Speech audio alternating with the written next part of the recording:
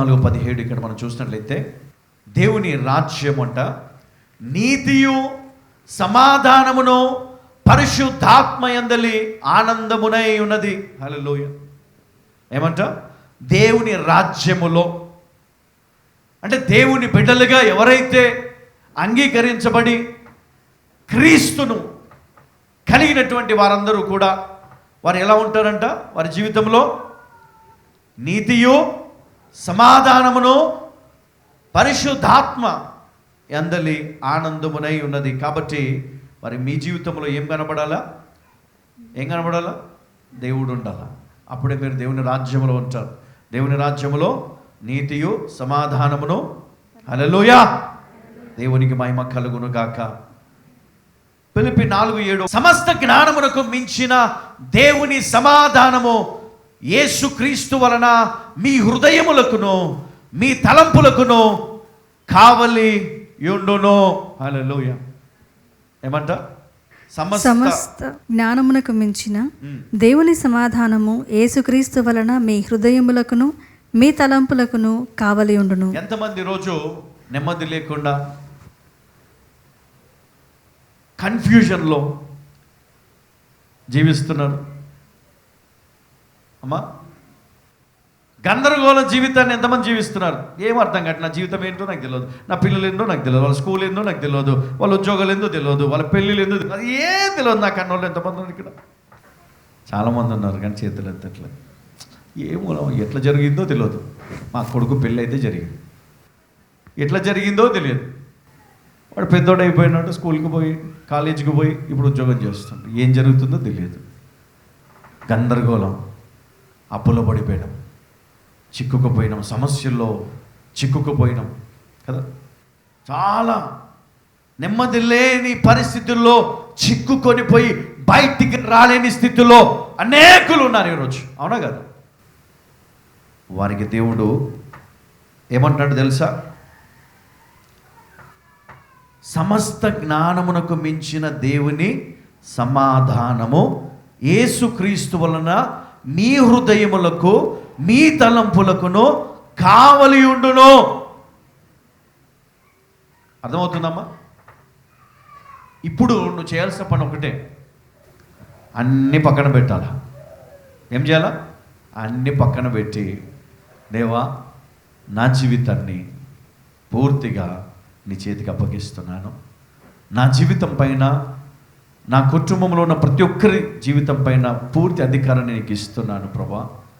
నన్ను నువ్వు నడిపించు, నన్ను నువ్వు కాపాడు. నా జీవిత కాలమంతా కూడా నేను ఇక వెనకకి తిరిగి చూడను, పాప జీవితం వైపు చూడను, పాపములో పడను, శోధనలో పడను. పవిత్రమైన నీవు నీ వాక్యమును ధ్యానిస్తూ వాక్యానుసారమైన జీవితాన్ని నేను జీవిస్తాను అని నువ్వు ఒకవేళ దేవుని వైపు పూర్తిగా నువ్వు తిరిగితే నీకు ఆ సమాధానము దేవుడు అనుగ్రహిస్తాడు, ఆ శాంతిని నీకు ఇస్తాడు, ఆ పాప క్షమాపణను నీకు అనుగ్రహిస్తాడు. నూతన జీవితాన్ని పొందే కృపను, అవకాశాన్ని దేవుడు నీకు అనుగ్రహిస్తాడు. హల్లెలూయా, హల్లెలూయా, హల్లెలూయా. మరి ఎంతోమంది ఉద్యోగాలు లేక, సక్సెస్ లేక, వివాహం జరగక, పిల్లలు లేక, మరి కుటుంబంలో భార్యాభర్తల మధ్య సమాధానము, ప్రేమ లేక, మరి ఎన్నో గొడవలతో ఈరోజు విడిపోయే పరిస్థితుల్లో అనేకులు ఉన్నారు. అనేక సమస్యల్లో చిక్కుకొని ఉన్నారు కదా, కన్ఫ్యూషన్లో ఉన్నారు. నేను పెళ్ళి ఎందుకు చేసుకున్నాను, అనవసరంగా ఎందుకు ఈ పిల్లల్ని కన్నాను, అసలు ఎందుకు నేను ఉద్యోగంలో జాయిన్ అయినాను. దాంట్లో నుంచి మీరు బయటికి రావడానికి ప్రార్థన ఒక్కటే మనకు మార్గం. ఉపవాస ప్రార్థన అన్నిటిలో మరి శక్తివంతమైనదిగా పనిచేస్తుందని మరి ఎన్నోసార్లు నా జీవితంలో నేను అనుభవించాను. మీకు తెలుసు, నేను పరిచర్య మొదలుపెట్టినప్పుడు ఇద్దరు ఉన్నారు. అది కూడా చర్లపల్లిలో ఒక ఇంటి పైన, ఎక్కడనే ఉండొచ్చు వాళ్ళు. మరి ఒక పక్కన ఇద్దరు ముగ్గురు పడుకొని ఉన్నారు, బెడ్షీట్లు కప్పుకొని. ఆదివారం ఉదయం మరి సండే సర్వీస్ స్టార్ట్ చేసినప్పుడు మరి వర్షం పడి అక్కడ అన్నీ కూడా నీళ్ళు అవన్నీ ఉన్నాయి, చుట్టూ ఇండ్లు ఉన్నాయి.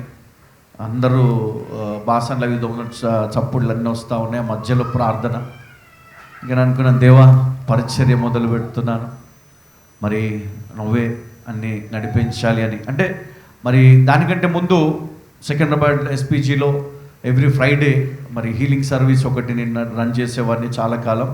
ఆ తర్వాతనే దేవుని కృపను బట్టి, దేవుడి ఇచ్చిన పిలుపుని బట్టి మరి ఆ ప్రాంతంలో చెర్లపల్లిలో మొదలుపెట్టడం జరిగింది. అక్కడి నుంచి నా ప్రయాణం మీకు తెలుసు, అనేక ప్రాంతాల్లో అనేక స్థలాల్లో, సికింద్రాబాద్ కావచ్చు, లేకపోతే లాలపేట్ కానీ, నాచరమ కానీ, ఈసీఎల్ కానీ, అంబర్పేట్ కానీ, చాలా ప్రాంతాల్లో. సో అనేక సమస్యల్లో నేను ఒకటే చేసేవాడిని, ప్రార్థన. దేవుడు నాకు తోడై ఉన్నాడు, ఆయన నన్ను విడిచిపెట్టాడు, ఆయన నన్ను పరిచయంలోకి తీసుకొచ్చాడు, కాబట్టి ఆయన నన్ను నడిపిస్తాడు, నాకు సహాయం చేస్తాడు. 365 days మనం ఇక్కడ ప్రార్థన చేసుకునే కృప దేవుడు ఇచ్చాడు మనకి కదా. ఒకప్పుడు మనకి 2000 కట్టే పరిస్థితి లేదు. ఏడ్చినా నేను చాలా, ఆ రోజు చాలా బాధేసింది. కానీ ఈరోజు మరి చూస్తే దేవుని కృప, దేవుని ప్రేమ, దేవుని నడిపింపు, దేవుని యొక్క అభిషేకం, ఆశీర్వాదము ఎట్లా ఉంటుందంటే, ఆయనను వెంబడించే వారిని దేవుడు ఎప్పుడు కూడా తలదించుకునే పరిస్థితి తీసుకుంటాడంట. కొంతకాలం శ్రమ, ఇబ్బంది, లేమిలో నువ్వు నడుస్తావేమో, కానీ తర్వాత తలెత్తుకొని తిరిగే పరిస్థితి దేవుడు తీసుకొస్తాడు. హల్లెలూయా.